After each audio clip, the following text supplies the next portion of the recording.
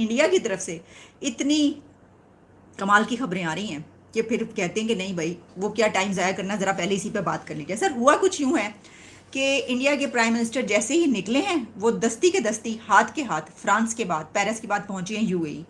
और यूएई में जो उनकी मुलाकातें हुई हैं उसमें दो तीन बड़ी डेवलपमेंट्स आ रही हैं। अगर तो सिर्फ वो यूएई में यानी कोई खास बड़ी डेवलपमेंट ना होती, कोई बड़ी खबर ना होती, तो शायद हम इसको टच भी ना करते कि ठीक है वो एक दिन के उधर चले गए होंगे, थोड़ा रेस्ट कर लिया या वैसे मुलाकात हो गई। लेकिन क्योंकि उसमें एक ही दिन के अंदर यानी 24 आवर्स से भी कम जो है वो इतने बड़े बड़े उनके एग्रीमेंट्स हो गए। देखिए एक तो बड़ी खबर, एक बल्कि पहले मैं आपको ये बताऊं कि उन्होंने अपना जो बुर्ज खलीफा है उसको लिटअप किया इंडिया के ट्राई कलर फ्लैग के जो कलर्स हैं उसके साथ। और ये किस लिए किया? To welcome Indian prime minister Narendra Modi. से भारत ने थोड़ा थोड़ा करके आहिस्ता आहिस्ता करके जो है इस्लामिक कंट्रीज को भी अपनी तरफ कर लिया, और खास तौर पर मोदी जी के तो सभी फैन हो गए हैं। अब पाकिस्तान जो है वो ये सोचे कि अगर ओआईसी की कंट्रीज जो हैं वो भी जो है वो Indian prime minister Modi ji के साथ हैं, तो फिर आखिर पाकिस्तान कहाँ स्टैंड कर रहा है। ये उनका एफर्ट है, ये उनके अचीवमेंट्स है कि मुस्लिम कंट्रीज जब वो पहुंचते हैं तो वहां के प्राइम मिनिस्टर आते हैं उनको एयरपोर्ट पर रिसीव करने के लिए, और वही रेड कारपेट होता है और उनको रिसीव करके उनको लेकर जाया जाता है और बहुत सारी चीजों के बारे में बात होती है। तो वो ये कहते हैं मोदी का जो यार है वो गद्दार है, वो इस तरह के नारे लगते। इवन कोई भी गवर्नमेंट होती तो अपोजिशन मोदी का जो यार है गद्दार है, मोदी का यार ये सऊदी अरेबिया भी है मोदी का यार ये यूएई भी है, इजिप्ट भी है। मोदी जो 6-7 कंट्री है मुसलमानों की जिन्होंने मोदी को सॉलिड अवार्ड दिए अपने मुल्क के, ठीक है, वो सारे मोदी के यार हैं, वो सारे गद्दार। जय हिंद दोस्तों, पाकिस्तान ब्रेकिंग न्यूज चैनल में आप सभी का हार्दिक स्वागत। फ्रांस का दौरा खत्म कर भारत के प्रधानमंत्री श्री नरेंद्र मोदी यूएई पहुंच गए, जहां पर उनका स्वागत यूएई के किंग ने बड़े जोरों शोरों से किया। वहीं पर उनके लिए रेड कारपेट बिछाया गया और सभी ने प्रोटोकॉल तोड़कर उनका स्वागत में कोई कमी ना हो इसके ऊपर भी ध्यान दिया। भारत और यूएई के बीच में बहुत बड़ी डेवलपमेंट हुई, जहां पर सबसे बड़ी डेवलपमेंट यह है कि भारत और यूएई अपने ट्रेड को $100 बिलियन के पार लेकर जाना चाहते हैं। और दोनों कंट्रीज के बीच में ये एग्रीमेंट भी हुए हैं, वो खुद के ही करेंसी में ट्रेड करेंगे, जहां पर यूएई ने भारत का पेमेंट सिस्टम जिसको हम यूपीआई कहते हैं उसमें भी इंटरेस्ट दिखाया। और आने वाले दिनों में यूएई में भी भारत का यूपीआई चलेगा। अब किसी को भी भारत से यूएई जाना हो और वहां पर करेंसी एक्सचेंज करने की कोई भी ज़रूरत नहीं है, वो वहां पर क्यूआर कोड या किसी बैंक के द्वारा यूपीआई से पेमेंट कर सकते हैं। प्राइम मिनिस्टर नरेंद्र मोदी ने यूएई में आईआईटी की नींव भी रख दी है, जहां पर दुबई ने बहुत इंटरेस्ट दिखाया था आईआईटी इंस्टीट्यूशन के लिए, और अब भारत ने यूएई की हेल्प कर दुबई में आईआईटी इंस्टीट्यूशन सेटअप कर दिए। वहीं पर अन्य देशों के लोग भी अब यूएई में जाकर आईआईटी में पढ़ सकते हैं। तो क्या भारत और यूएई के रिश्ते पाकिस्तान से बहुत बड़े हो चुके हैं? क्योंकि अब तरह के प्रोटोकॉल्स पाकिस्तान को पहले यूएई में मिलते थे, अब वैसे कुछ भी नहीं मिलता, बल्कि यूएई को डर लगा रहता है कि कोई भी पाकिस्तान से आए तो वो पैसे ना मांग ले, और इसलिए अब यूएई ने भी पाकिस्तान को किनारा करना शुरू कर दिया है। और वही जगह अब भारत ने यूएई में ले लिए। पाकिस्तान को सबसे बड़ा सदमा तब पहुंचा जब अरब के 7 बड़े कंट्रीज ऐसे हैं जो कि भारत के दोस्त हैं और वो भारत के लिए किसी भी हद तक जा सकते हैं। तो क्या अब पूरी मुस्लिम कंट्री भारत को सम्मान देने के लिए पीछे पड़ी है, क्योंकि भारत की इकोनॉमी दुनिया में सबसे बेस्ट है?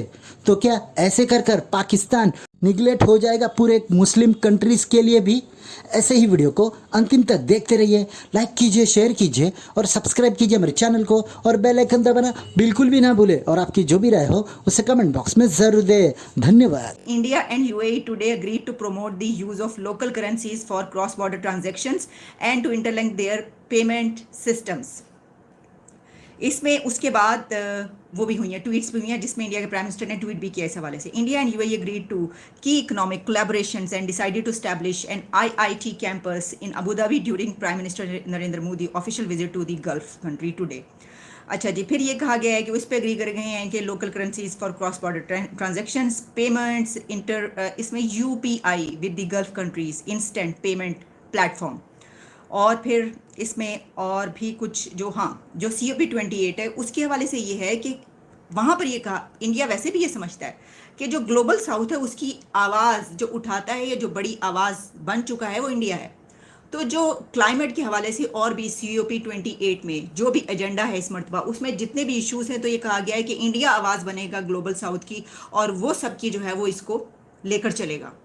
तो आप जानते हैं ये एक आप इस तरह कह सकते हैं कि जिस तरह आपने किसी की जो है वो जिम्मेदारी उठाई है, तो ग्लोबल साउथ की अब जिम्मेदारी जो है वो इंडिया हमें कई जगहों पर उठाता हुआ नजर आता है कि हम आवाज़ उठा रहे हैं और हमारी आवाज़ सुनी जाए। फिर वो उसके ऊपर इंसिस्ट भी करता है कि इन कंट्रीज़ का हमारे साथ जो है ये हो रहा है तो इसको सुना जाए। और बताया ये जा रहा है कि जी ये उनका 5वां विजिट है, यानी कि 5th टाइम वो पहुंचे हैं UAE।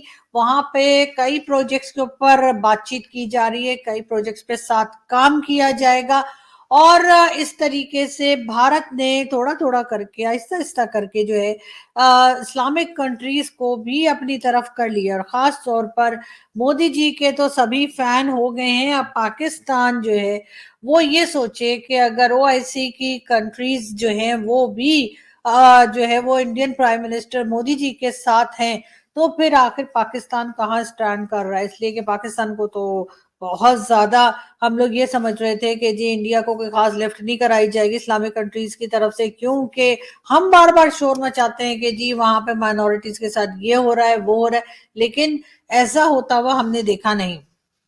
और अब सऊदी अरब के बाद जो है UAE भी जो है वो भी प्राइम मिनिस्टर मोदी के फैन निकलते हुए दिखाई दे रहे हैं।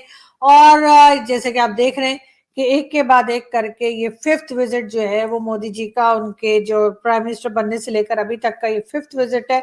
और इसमें भी कई इंपॉर्टेंट चीजें जो हैं वो डिस्कस होंगी, कई इंपॉर्टेंट प्रोजेक्ट्स होंगे और यकीनन मोदी जी UAE को भी इस बात के लिए कायल कर लेंगे, इस बात के लिए मना लेंगे कि वो भारत के साथ मिलकर कुछ बड़े प्रोजेक्ट्स करे।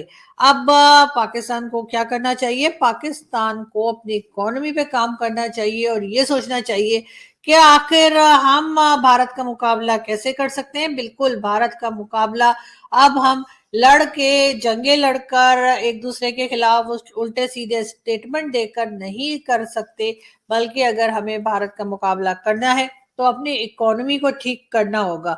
लेकिन ये भारत के प्रधानमंत्री का करिश्मा है, ये उनका एफर्ट है, ये उनके अचीवमेंट्स है कि मुस्लिम कंट्रीज जब वो पहुंचते हैं तो वहां के प्राइम मिनिस्टर आते हैं उनको एयरपोर्ट पर रिसीव करने के लिए, और वही रेड कारपेट होता है और उनको रिसीव करके उनको लेकर जाया जाता है और बहुत सारी चीजों के बारे में बात होती है और प्रोडक्टिव बात होती है, प्रोफेशनल बात होती है।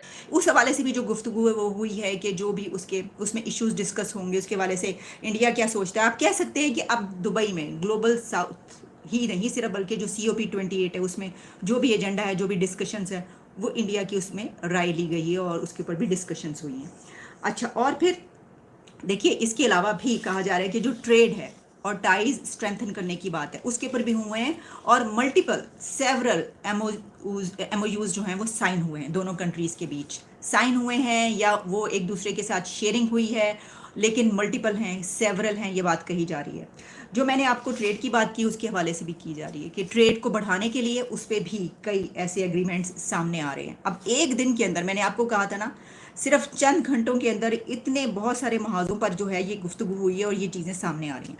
हमारे से पुराने मुसलमान हैं, उन लोगों ने मोदी साहब को इतना बड़ा प्रोटोकॉल दिया।